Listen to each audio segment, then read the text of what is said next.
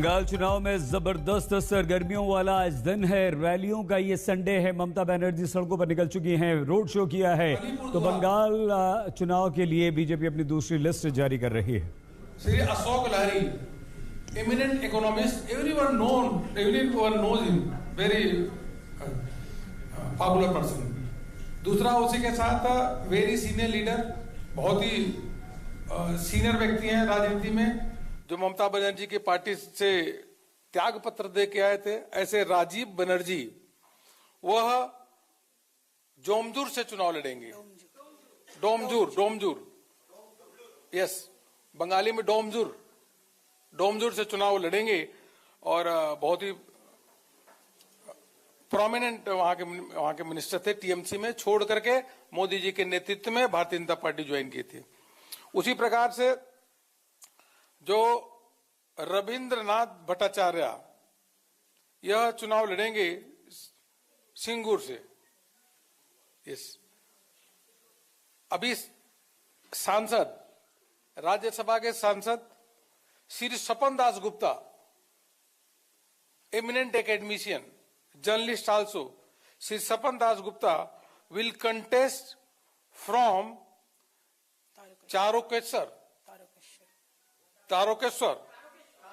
तारकेश्वर, हिंदी में तारकेश्वर समझिए, बंगाली में तारकेश्वर, TARAKESSWAR, तारकेश्वर।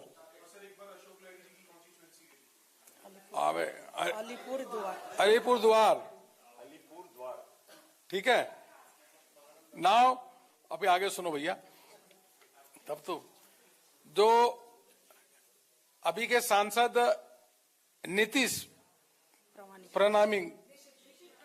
निशित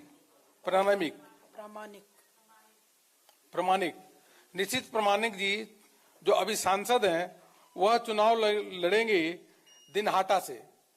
दिनहाटा सांसद हैं, दिनहाटा से चुनाव लड़ेंगे। और बहुत ही फेमस, जिसे गायक कहते हैं, उसी के साथ साथ अभी केंद्रीय मंत्री श्री बाबुल सुप्रियो जी चुनाव लड़ेंगे चंडीताला से।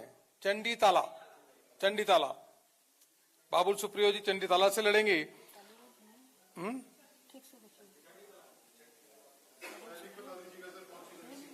चंडीताला गौड़ा क्या? पढ़ो। और फिल्म एक्ट्रेस चंडीताला से जॉर्ज दासगुप्ता, टालीगंज से है शायद। टालीगंज से बाबुल सुप्रियो। सॉरी, दोबारा करेक्ट कर लेते हैं। आई एम सॉरी, टाइपिंग कोई मिस्टेक हुई है। तो श्री बाबुल सुप्रियो जी, जो केंद्रीय मंत्री हैं, वह चुनाव लड़ेंगे टालीगंज से। टालीगंज TOLLYGANG, टॉलीगंज। और चंडीताला से बहुत ही प्रसिद्ध जो एक्टर हैं, श्री यश दासगुप्ता चुनाव लड़ेंगे। यश दासगुप्ता,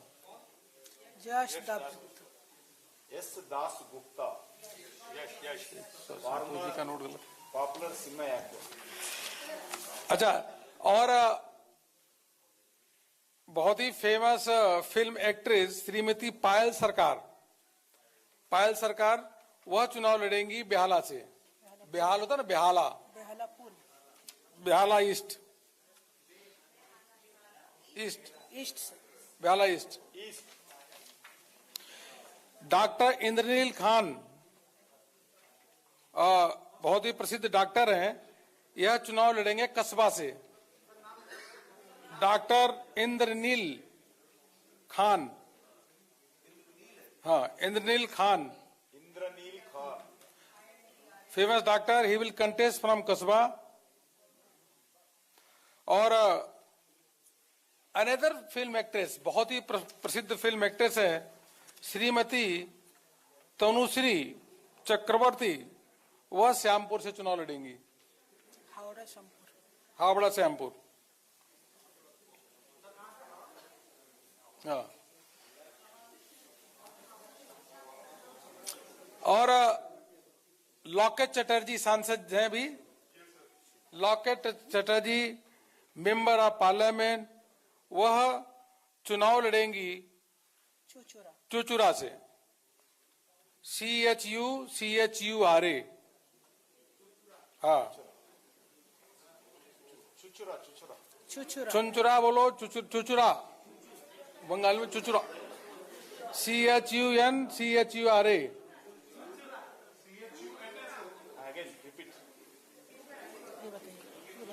अनदर इसका एमिनेंट पत्रकार, इसका रंतिदेव सेनगुप्ता, हावड़ा दक्षिण। इसका पल और another Shrimati Anjan Basu, Anjana Basu will contest from Sonpur south.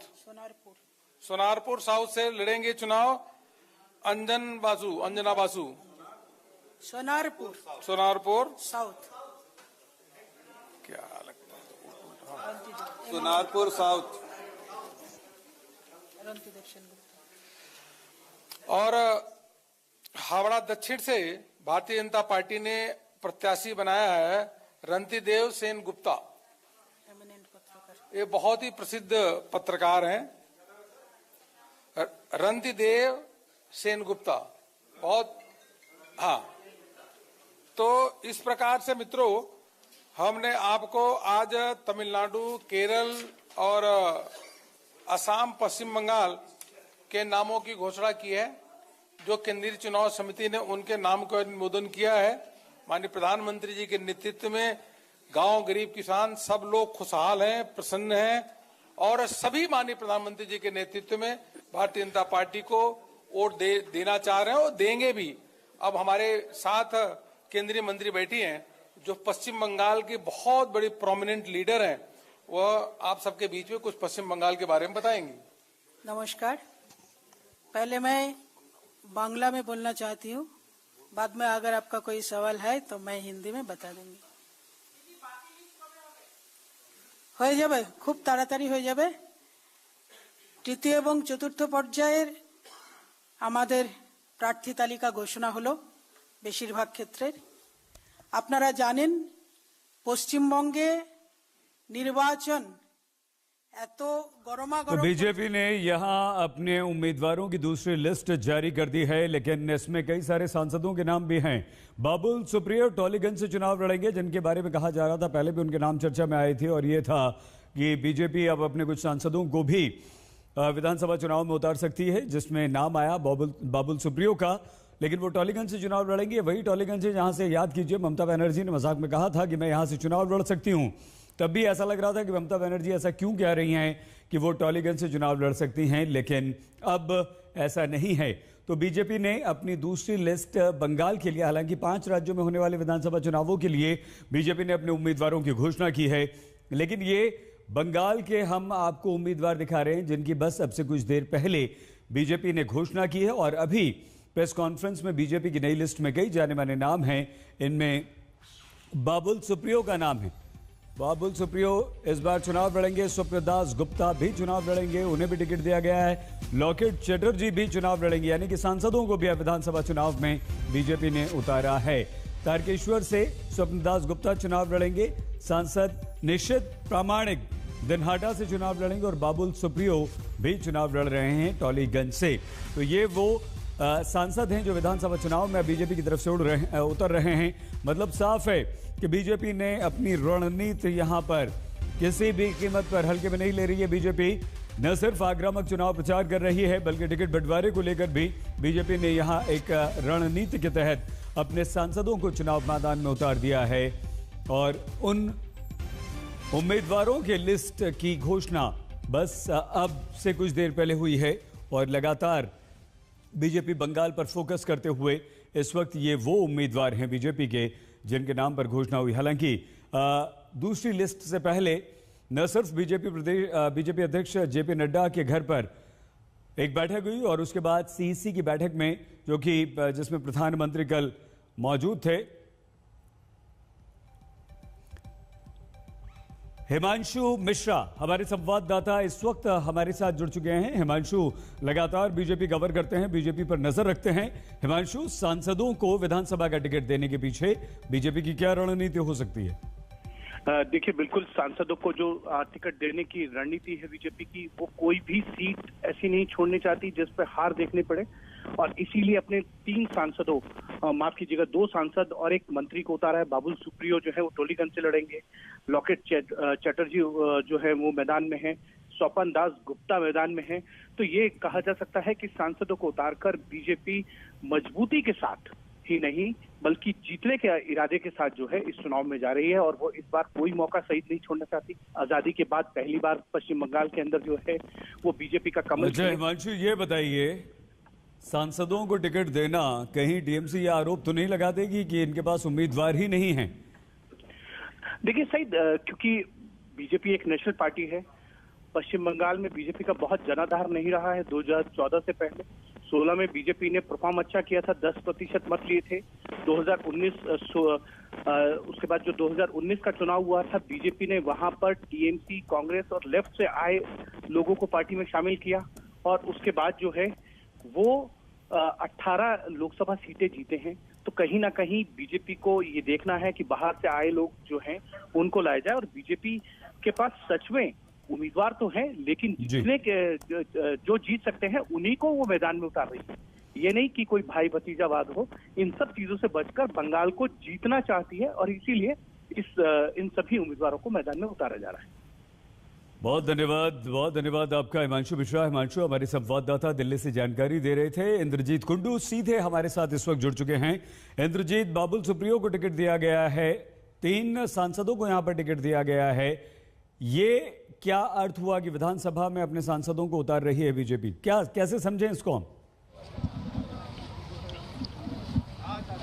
जी हाँ, देखिए बिल्कुल ये एक मैसेज ज़रूर है तो बीजेपी की ओर से कि जो सांसद चुन के आए हैं 2019 में, उनको फिर से इस बार टिकट दिया जा रहा है विधानसभा चुनाव में लड़ने के लिए। इसी से एक ही मैसेज जाता है कि बीजेपी कितना सीरियसली इस लड़ाई को ले रही है, क्योंकि ये कहा जा रहा है कि बीजेपी के पास उम्मीदवारों की कमी है।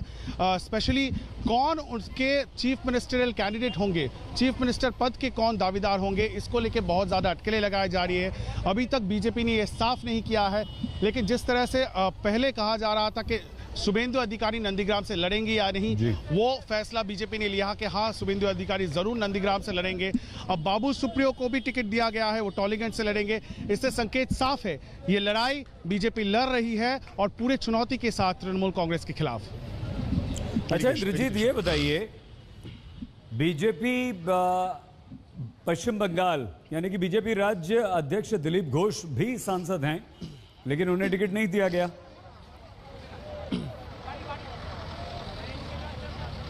जी हाँ, बिल्कुल, अभी तक दिलीप घोष का नाम ऐलान नहीं किया गया है। ये सबसे बड़ा सवाल इस वक्त उसी पर लेके चर्चा हो रही है पश्चिम बंगाल की राजनीति में, क्योंकि कहा जा रहा था कि हो सकता है कि खड़गपुर सीट से दिलीप घोष को उम्मीदवार घोषित किया जाए, लेकिन वो अभी तक नहीं हुआ है।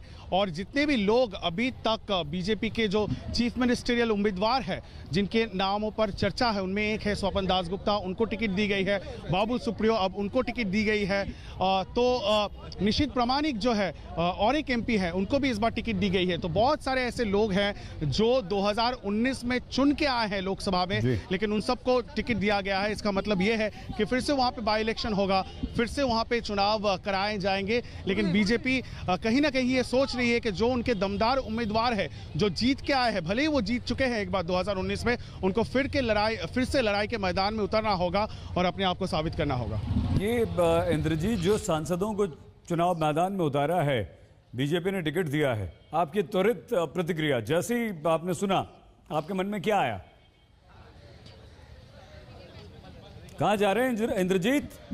देखिए, ये इस पर इस पर चर्चा ज़रूर हो रही थी। हम कोशिश करेंगे, क्योंकि तृणमूल का जो सभा है वो ख़त्म हो चुका है, और हम कोशिश करेंगे तृणमूल के जो नेता हैं जो मंच से उतर रहे हैं उनसे एक बार ये पूछने की कि किस तरह से वो देखते हैं इसको, क्योंकि बाबुल सुप्रियो सांसद है, जीत चुके हैं, आसनसोल से हाई प्रोफाइल कैंडिडेट है, उनको फिर से चुनावी मैदान में उतारा जा रहा है। निशीथ प्रामाणिक कूचबिहार से यंग उम्मीदवार हैं, वो जीत के आए थे, तृणमूल में थे, बाद में बीजेपी ज्वाइन किए, उनको फिर से उतारा जा रहा है। स्वपन दासगुप्ता राज्यसभा के सांसद है बीजेपी के, उनको भी टिकट दिया जा रहा है। तो जिस तरह से जो बीजेपी के जो हेवीवेट नेता है उनको फिर से एक बार चुनावी मैदान में उतर के बीजेपी ज़रूर ये एक मैसेज देने की कोशिश कर रही है कि किस तरह से वो इस लड़ाई को 2021 के इस चुनाव को देखती है। काफ़ी हाई प्रोफाइल प्रेस्टीज बैटल है, और दूर में हम देख सकते हैं यहाँ पे तृणमूल के मदन मित्रा हैं। हम कोशिश करेंगे उनसे एक बार एक रिएक्शन लेने की। सही बात कीजिए। एक सेकेंड।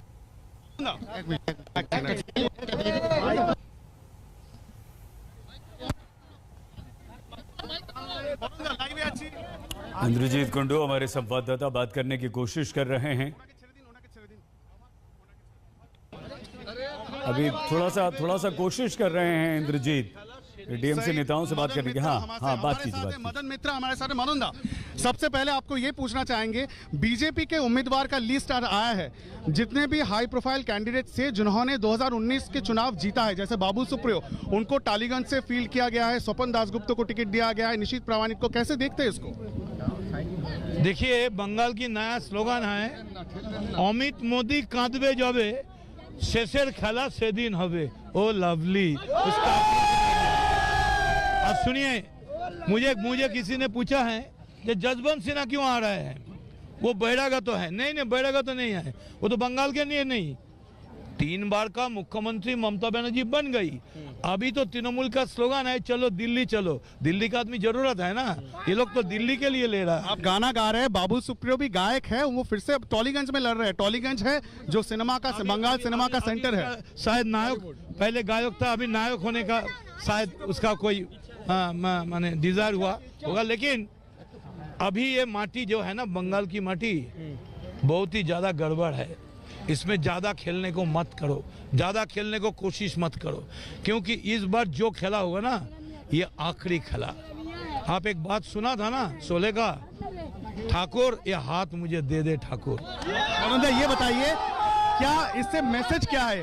जो लोग जीत के आए हैं 2019 में लोकसभा में, उनको फिर से यहाँ पे उम्मीदवार बना जाए, मैसेज जाएगा तो जूता से पिटाएगा, क्योंकि जो लोग जीता था 5 साल पहले भगाता है, माने जाने से जूता से पिटाएगा। तो आप कह रहे हैं आसनसोल नहीं जा पाएंगे बाबुल सुप्रियो, डर के मारे टालीगंज में आ गए। तो क्यों आया? वो क्या है, कौन है वो? चलिए ना, एक साथ बोलिए ना, मदन मित्रों के साथ हटेंगे पैदल।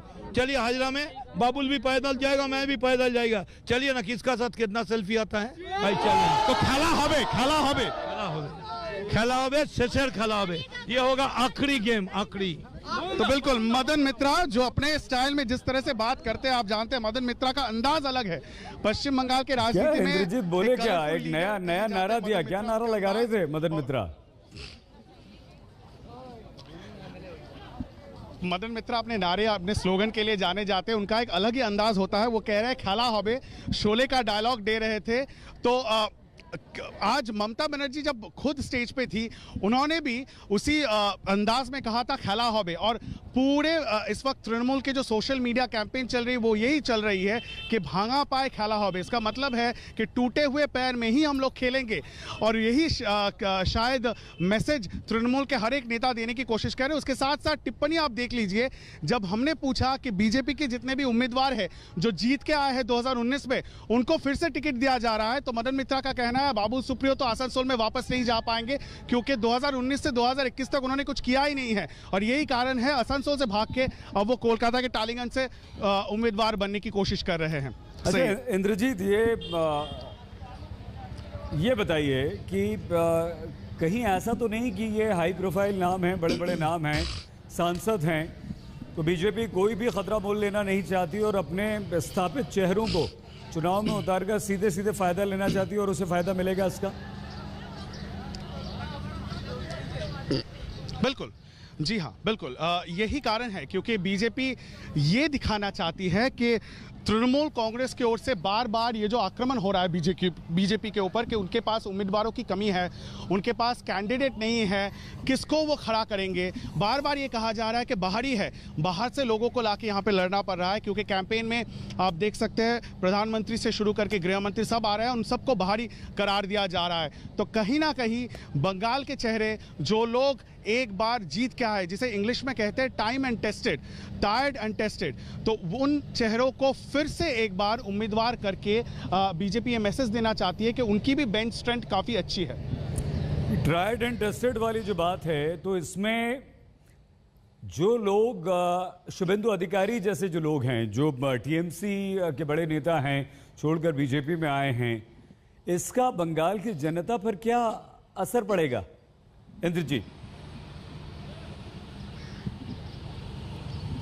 देखिए, शुभेंदु अधिकारी के नामों पर बहुत ज़्यादा चर्चा तो ज़रूर था और अगर हम बीजेपी के उम्मीदवार लिस्ट अभी तक देखें तो उनमें से सबसे हाई प्रोफाइल है शुभेंदु अधिकारी क्योंकि वो ममता बनर्जी के खिलाफ लड़ रहे हैं। क्योंकि तृणमूल का लिस्ट आने से बहुत दिन पहले ममता बनर्जी ने खुद घोषणा किया था कि वो खुद नंदीग्राम से लड़ेंगी। तो ये चैलेंज, ओपन चैलेंज दे दिया गया था बीजेपी को और शुभेंदु अधिकारी ने उसको एक्सेप्ट किया और बीजेपी के ओर से उनको उम्मीदवार बनाया गया है। लेकिन दूसरे जितने भी कैंडिडेट हैं, आज जैसा कि लिस्ट अभी आ रहा है और मैं देख पा रहा हूं, राजीव बैनर्जी जो ममता के मंत्री थे अब बीजेपी में जुड़ गए हैं, उनको डोमजूर सीट दिया गया है। डोमजूर बल्कि उन्हीं का विधानसभा क्षेत्र है हावड़ा में, जहां से वो 2016 के चुनाव जीत कर आए थे। लेकिन इस बार ये अटकलें लगाई जा रही थी कि शायद राजीव बैनर्जी को डोमजूर की सीट से टिकट ना मिले तृणमूल में। तो राजीव बैनर्जी बीजेपी चले गए और आज उनको डोमजूर से सीट मिला है। रविंद्रनाथ भट्टाचार्य 80 साल से ज्यादा उनका उम्र है, वो सिंगूर से विधायक थे तृणमूल कांग्रेस के। बहुत दिनों से ये कहा जा रहा था कि वो बागी विधायक है। हमें आपको रोकना पड़ रहा है, समय की थोड़ी सी कमी, हम दोबारा आपके पास आएंगे। बीजेपी ने अपने 3 मौजूदा सांसदों को विधानसभा चुनाव में उतार दिया है, दूसरी लिस्ट जारी कर दी है। छोटा सा ब्रेक, देखते रहिए आज तक। नमस्कार, मैं हूं अंजना ओम कश्यप। हमें उम्मीद है ये वीडियो आपको पसंद आया होगा। लेटेस्ट खबरों के लिए यूं ही देखते रहिए आज तक और इस वीडियो के पसंद आने पर लाइक, शेयर एंड सब्सक्राइब करना ना भूलें।